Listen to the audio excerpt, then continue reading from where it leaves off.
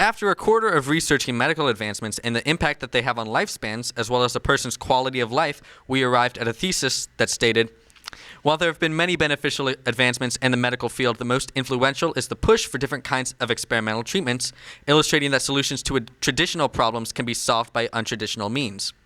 We then contacted multiple experts in the medical field to get their input on what we found. I'm going to have to say that I both agree and disagree. And that's because I think that medicine is built on very traditional blocks that we know a lot about, medicines and different treatments that have been used for decades, if not hundreds of years.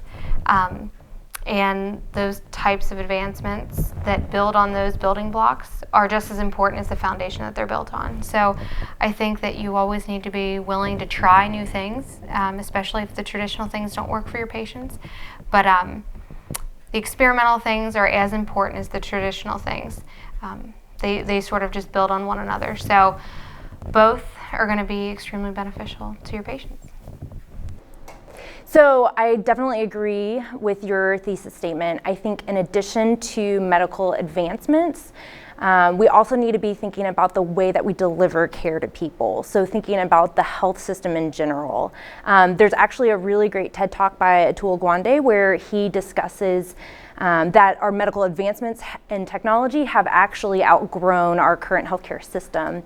I think that's why a lot of the current discussion of healthcare in the government, so like the Affordable Care Act, is trying to make advancements in that field.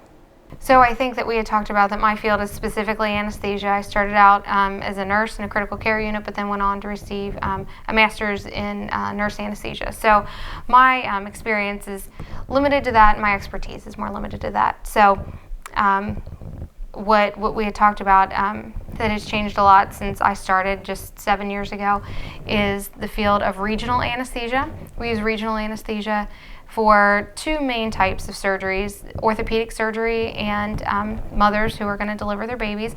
We'll talk just specifically now about orthopedic surgeries and how we use regional anesthesia. For regional anesthesia and orthopedic surgery, it's used to provide either a pain-free or a much more limited pain type of experience for the patient during the surgery and post-operatively.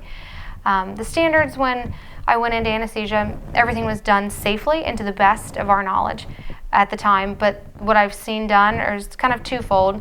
One is really simple. It's just a timeout procedure, which I think people kind of are familiar with, making sure that we're doing the correct site, the correct patient, and the correct procedure. But what started out as sort of an informal sort of way of doing it, just saying, hey, we're doing the left side, this is so-and-so, let's get going.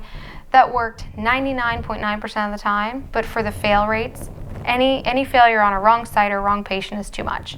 So we created a more formal type of timeout procedure, which included two providers, one in this case being an anesthesia provider and the other being the nurse. The patient is present, awake and able to participate in the timeout. We have the formal consent form, which has been signed by both the surgeon and the patient.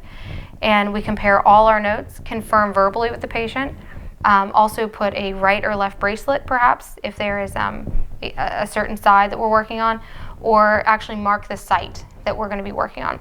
So there's multiple layers of checks, which nothing is 100%, but it assures with far more confidence that we're doing everything right by the patient when we start. So that's just a standard that's changed. We do it in a much more formal fashion, which has certainly in my 7 years, I've never seen a wrong site or wrong patient surgery or regional block in this case. The second thing to go along with the regional blocks that's changed a lot is we used to do it by feel. We used a nerve stimulating needle to introduce local anesthesia medicine. People are more familiar with local anesthesia medicine in perhaps the dentist office when you're getting a cavity filled to provide sort of that pain-free area that the dentist is working on.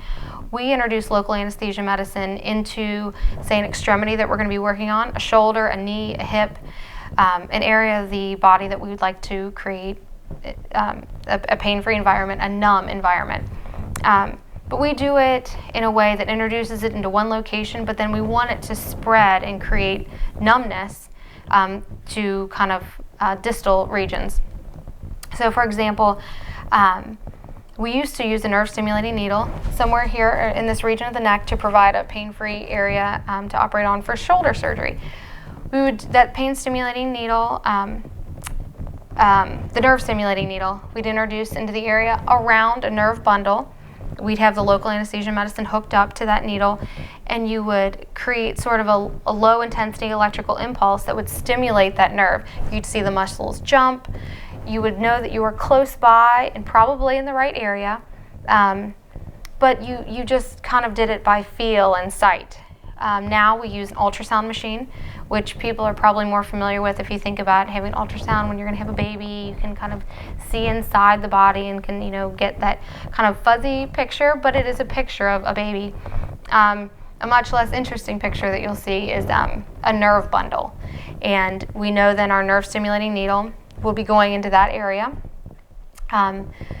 And we can see the branches. We know that we're not in a blood vessel. We know that we're not directly in the nerve, which we don't want to be in it. We want to be next to it.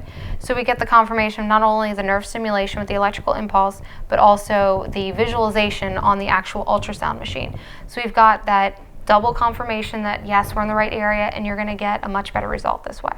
So that's a big change, and I've seen a lot of positive outcomes with that change.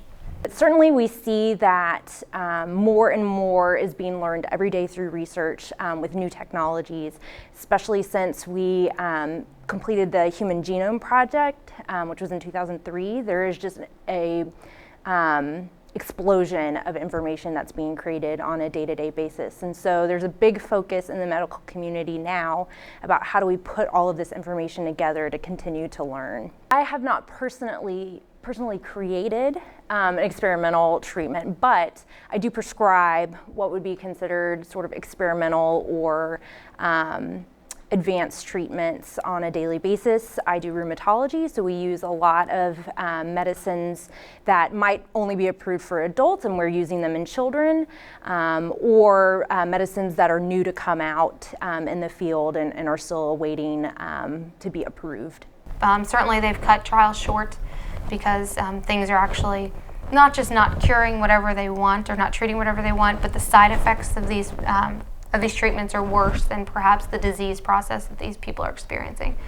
So, there's that part of it, and I think I touched on it too, cost. I mean, we've all heard now that the United States is the most costly healthcare system in the world, and that's not only because we have fancy hospitals or good doctors. It's because of all these medical advancements. We are one of the powerhouses of development, whether it be technology or medicine or other treatments, and all this certainly costs money. So the traditional medicines that you and I get perhaps are being more costly because of the experiments that are going on in the background for all the people that your traditional medicine wouldn't work on. So we all sort of pay the price of that, and we hope it's worth it. And a lot of times it is, but sometimes the worth is not even seen in our generation. It's for the next. I think one of the biggest negative effects to think about is sort of what we were talking about earlier about if your healthcare system is not set up to be able to support the use of experimental treatments or new treatments. I think the other thing that everyone's always concerned about is what if there's a new side effect or something that we might not know the long-term effects of a new treatment, but that's why there's a very rigorous process that's put in place by the Federal Drug Administration or the FDA to be able to approve things. So again, with pediatrics, since there are a smaller number of patients, sometimes it takes longer for things to get approved in pediatrics. So that makes it even another stronger case for registries and databases to be able to combine all of our patients. Insurance companies are one of the biggest hurdles when dealing with experimental treatments. Insurance companies often don't cover more common treatments such as weight loss surgery, child dental checkups, or even long-term care, so this makes it nearly impossible to get them to sign on to any experimental treatments. Through our research and our meetings with experts, we have further justified our original thesis stating that experimental treatments are the most beneficial way of advancing the medical field. Despite this, we have also decided that in order for these types of treatments to be successful, they will need to be more accessible to the public and less costly.